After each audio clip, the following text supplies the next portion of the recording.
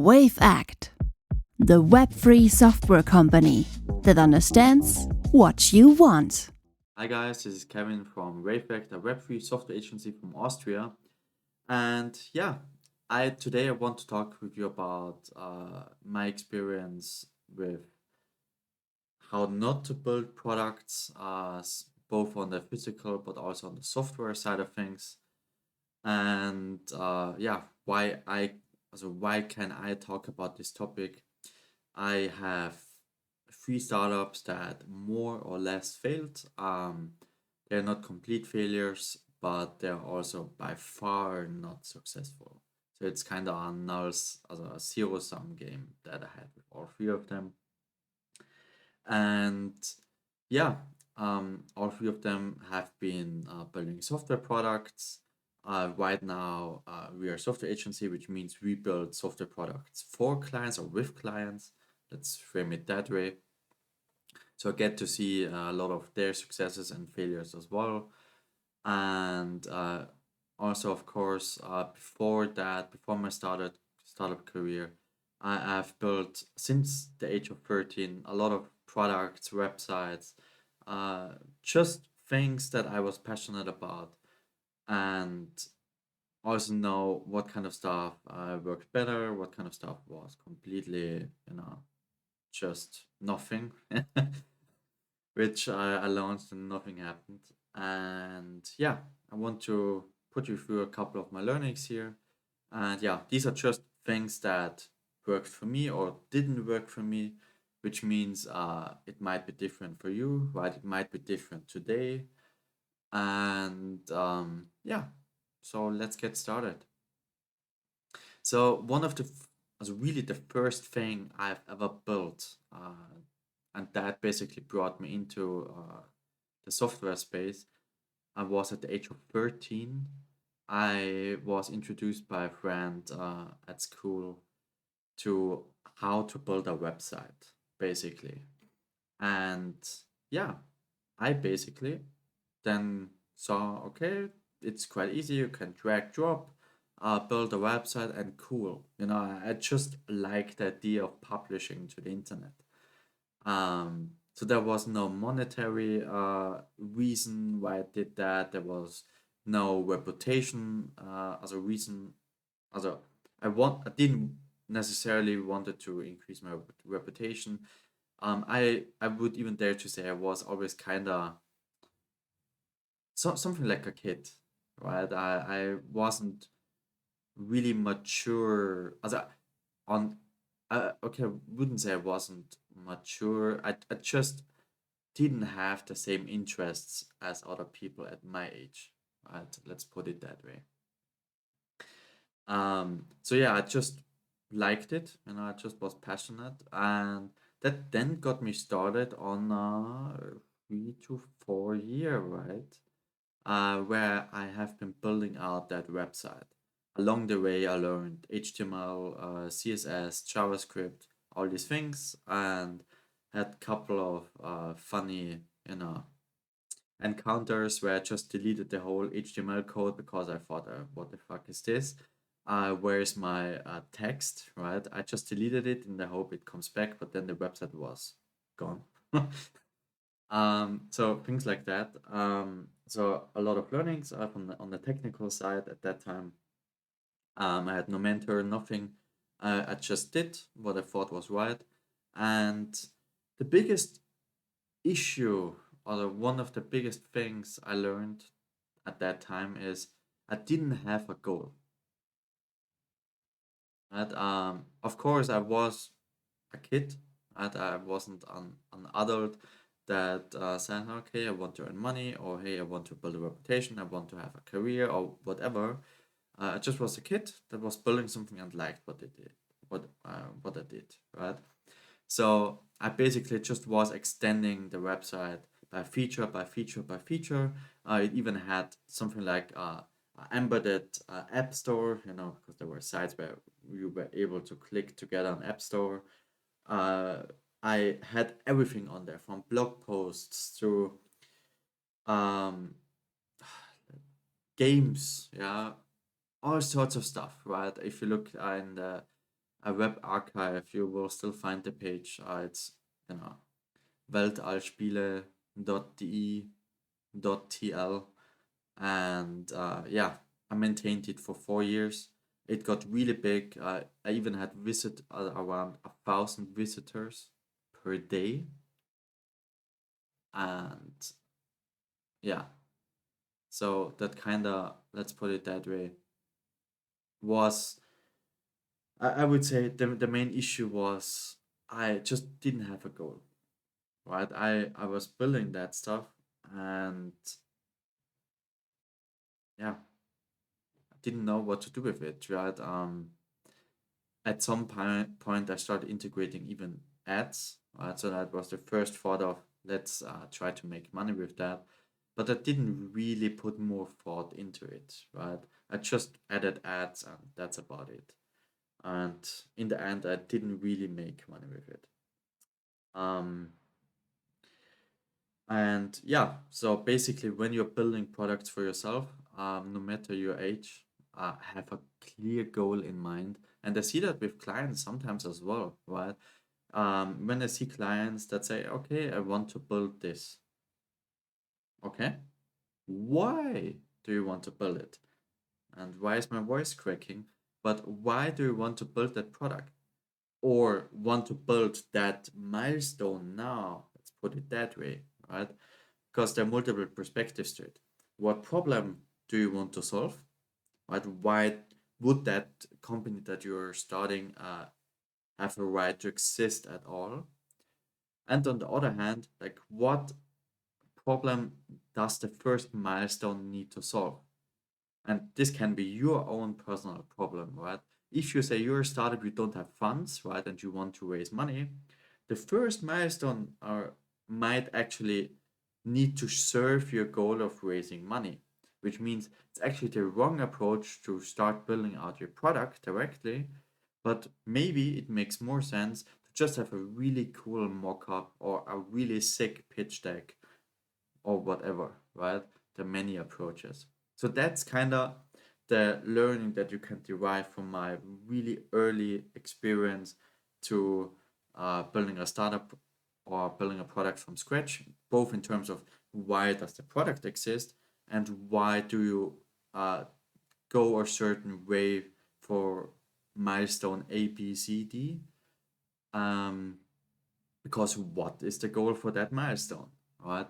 So it's actually a really interesting frame, and you would be surprised how many people don't really think about this, right? They just say we need to build this because they think it's needed on the market, right? And those are the two major things I would leave you with here from the first learning.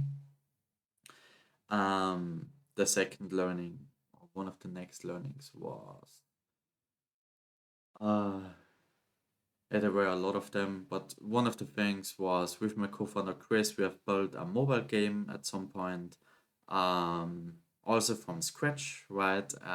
Instead of just uh, doing our research on how it's actually done, right, on the market.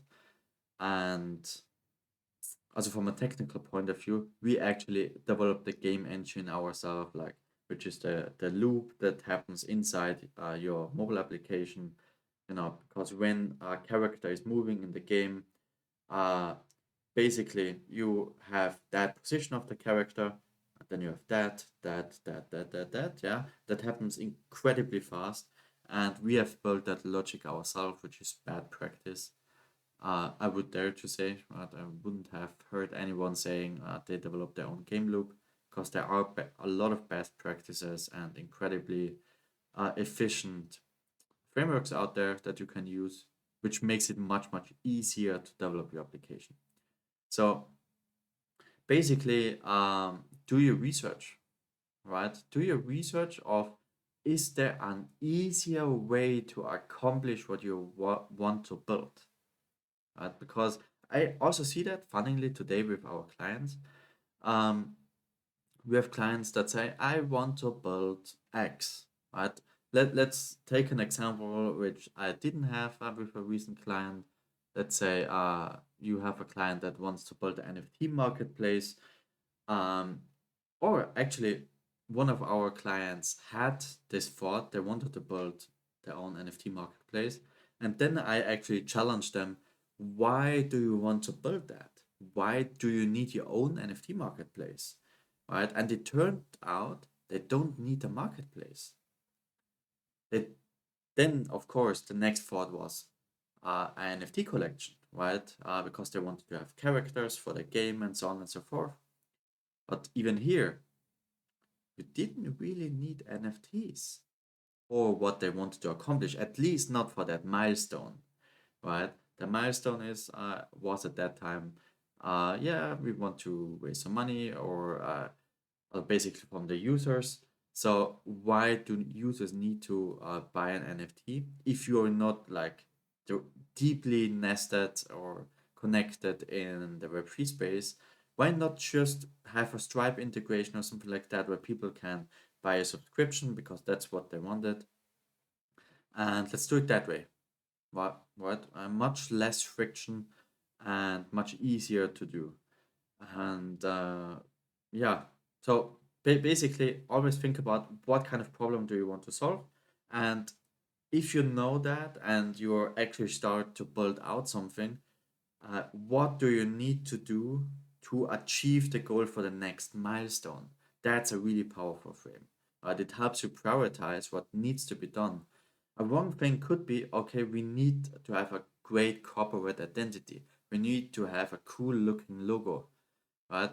Um, it always depends on what you want to accomplish, right? So that's kind of one thing I want to leave you here with as well, and that's what I learned with Christoph when we have developed that mobile game, basically, because we have just built it because we haven't done our research. What's best practice?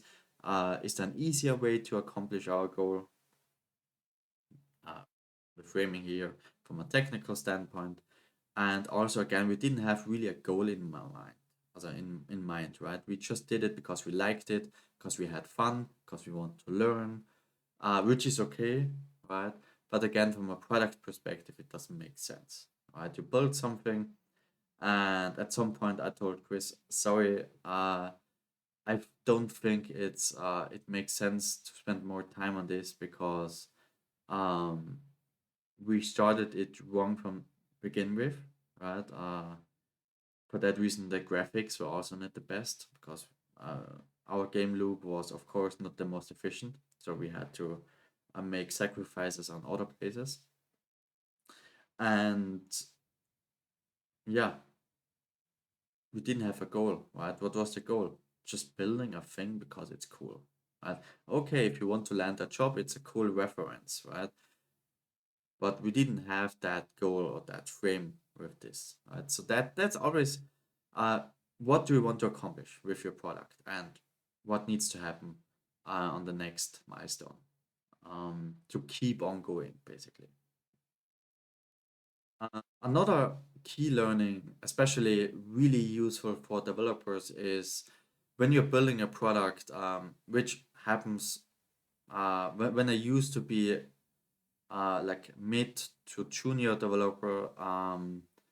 Although I already developed software for 5, 6, 7 years, hobby wise, on the side with open source projects and so on. I I always chose the newest and most as the fanciest technologies, which means if I had to build a mobile application, it had to be Flutter at that time. And Flutter was really everything but production ready at that time. Or if I had to build a backend, I wanted to do it with Golang, right? Because Golang is so cool. You have these Go routines and these kind of things. And I just wanted to use it, right? It was the worst approach, right? Or it's just a bad approach in general. You should always use what serves your goal the most, right? If your goal is to have the most innovative tech stack and be at the frontier, uh, I don't know, be completely state of the art and maybe get some grams that way or whatever, fair enough. Okay. But most of the time, you want to have a quick go to market with your product.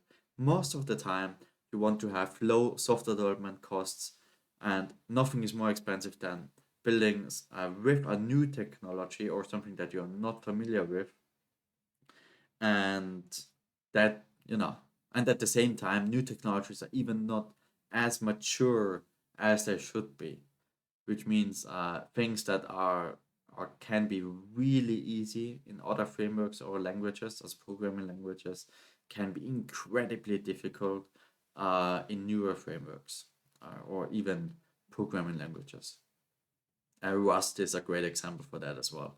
When I started learning Rust many years ago, uh, I just did it because I like the idea of doing something innovative, like doing something that senior developers in the companies I have worked at had no ideas about.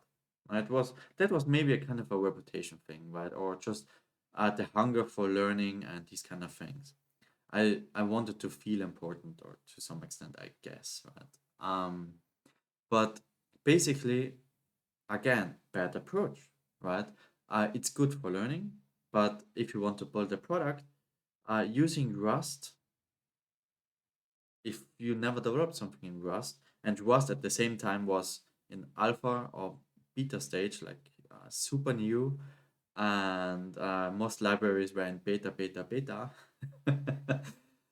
Same for Flutter, as I mentioned before. It's just, yeah, doesn't make sense. And now it's cool, right? I did these things, but from a product perspective, again, if you are building a startup, a business, nonsense, bullshit, right? When you actually want to make money with that, or be successful in that regard. What else?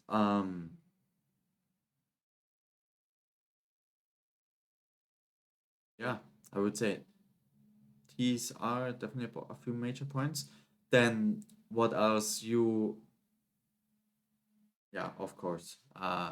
The the standard things, right? Um, Test the product as soon as possible on the market, or even sell the product before you have it, if it makes sense, right? Or these kind of things. Uh, Avoid spending thousands of dollars or even much more on a product that you cannot monetize yet. So that's actually something my first mentor ever told me. He started his company, which is now probably a 8-9 figure business, still has it. Um, Sold PowerPoint slides, or slides basically at that time, 20, 30 years ago, uh, whatever format he was using at that time. And yeah, collected the first money and then has built the first prototypes and products with that. He didn't have anything. So that's just what I want to leave with you here today as well, right? In terms of where people raise tons of amount of money before, in hope to achieve product market fit, try to achieve product market fit before having a product. Sometimes it's possible, oftentimes it's not, of course, but you can get closer to that. What if you have a really manual fake product and try to give it away for free, right? Then see if people are using it, or try to charge like $1 for that or whatever, right? It helps you get feedback on that, and then prioritize things that are important. Um, that's a big one, of course, but I would say most people that ever have built a product know this. I think it's a really known thing.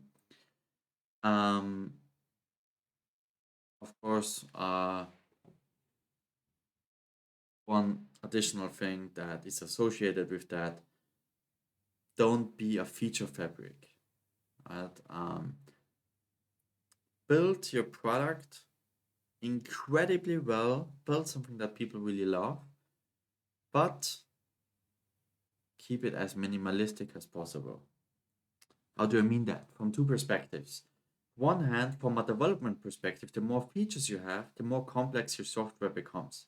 The more complex your software becomes, the more people or the more time you need. More time equals more money that you need to spend, more cost to maintain the software. You need to fix bugs. You need to it takes developers longer to implement new features after that, oftentimes, right? Because software architecture is a living organism, I would say. And at some point, it gets so complex, unfortunately, especially if the software architecture wasn't the best, which unfortunately oftentimes is the case, also with really large companies. Um, to basically, you know, just increase operational drag without much return on investment, right? So if you just have a handful of features that really solve a pain point, that really people love, right, and make that so great, then of course you can add more features, right? But you should start with the least amount of features as possible. And at the same time, it makes the development of the software cheaper as well. And also for first-time founders, uh, a great thing, it makes it easy to explain your startup. Because many first-time founders have an issue. I had that issue myself. I had a 70 pages business plan, and I really struggled with explaining our startup. What are we doing? I'm pretty sure you have heard startup pitches or have seen websites of startups and had no idea but what they're doing. Even had people talk with me for 30 minutes and they still had no fucking clue what they're doing. Don't be that guy or that person. And I was that person. So um, keep it simple, right?